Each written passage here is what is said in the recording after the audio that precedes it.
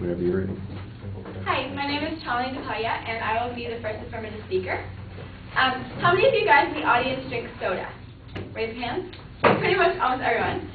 Did you know that Americans consume around 50 gallons a year of sugary soft drinks per person? That's a lot, isn't it?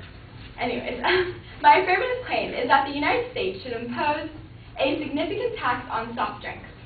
I would like to define these key terms. Sucrose is defined as table sugar. High fructose corn syrup is a low-cost, chemically enhanced sugar made from corn. The next term I would like to define is soft drinks. Soft drinks are any drink that is sweetened with high amounts of sucrose or high fructose corn syrup, which includes soda with artificial sweeteners like Coca-Cola, juices like Welch's grape juice, and sports drinks like Gatorade or Powerade. For my prima facie case, I would like to state that a high sugar intake from soft drinks leads to higher rates of health issues that include but are not limited to obesity, diabetes, and heart disease. Barry Popkin, an economist and nutritional expertise at the University of North Carolina, states that there have been increases in consumption of caloric beverages seen across every age group in the United States.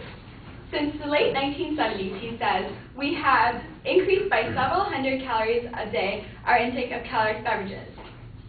They now account for 20 to 25% of calories consumed. Those statistics come in part from a paper he published last year in the American Journal of Clinical Nutrition. We have close to a consensus among obesity and dietary researchers that when you consume a caloric beverage, you do not reduce your food intake. It could be orange juice, beer, wine, lattes, or any other sugary beverage. He says that these drinks account for, in the estimate of many scholars, 2/3 of the weight increase that Americans have experienced in the last 20 years. Relative to other countries, Barry Popkin says that, including France and Mexico, the United States is behind the curve on taking serious action against sugary beverages. In fact, we're about the only major country to have not yet taken any serious national action against these beverages. In some countries, he says, television advertising for sweet drinks is banned. Sweet beverages that are kept out of schools, and health campaigns are being developed that would recommend parents restricting beverages in the home to skim milk, water, and most of all, a small glass of juice. The significant goal I would like to raise is that the tax will raise awareness to the harmful health issues that are facing Americans daily with their high caloric soda intake. While putting this tax on soft drinks in place, this will eventually reduce obesity and can lead to having an overall healthy America. The tax would not only discourage consumption of Coke, Pepsi, and Gatorade, Powerade, other sports drinks, but this tax could also hold down the Medicare and Medicaid costs and health insurance premiums. The revenue from the tax could help pay for those costs too. So a lot of the tax money would go towards helping to fund Medicare and Medicaid, so that and then with the reduced intake of soda, people will be less obese and they'll also be healthier.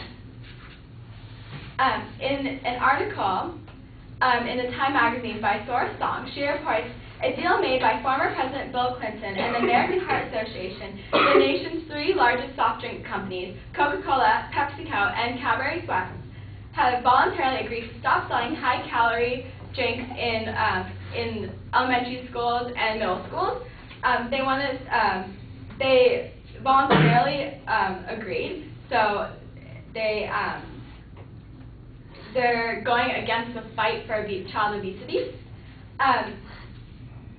They will only supply the younger students with bottled water, low-fat milk, and non-fat milk, and 100% fruit juice, which contains no high fructose corn syrup.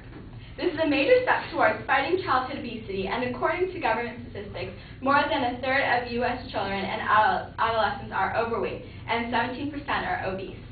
Sugary drinks include carbonated beverages and fruit drinks, comprise the biggest source of calories in the American diet. According to a report from the Center for Science in the Public Interest, and teenagers get a full 13% of their daily calories from sweetened drinks.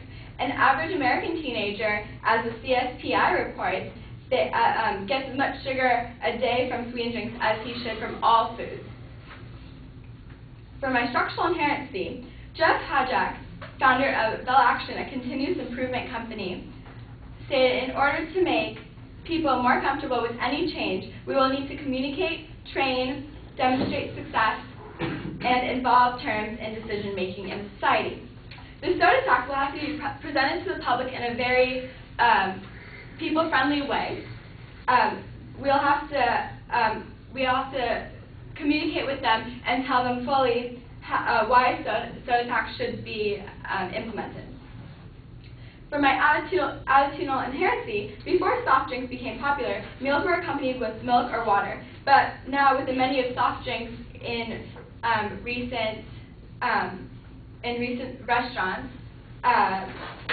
Americans have sided with having soft drinks with their meals in the past 30 years. This is now socially acceptable because it is a learned cultural norm.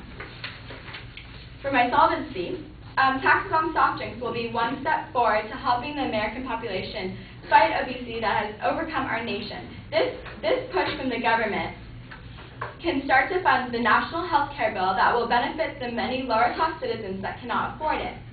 Also, with these additional tax revenues, it can help start awareness programs about obesity and the harmful effects of too much sugar in the American diet.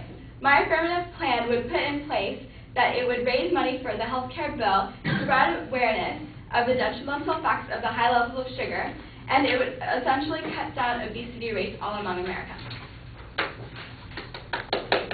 Oh, no. Save it for the end of the debate. Thank you. That's a good idea. I appreciate the enthusiasm.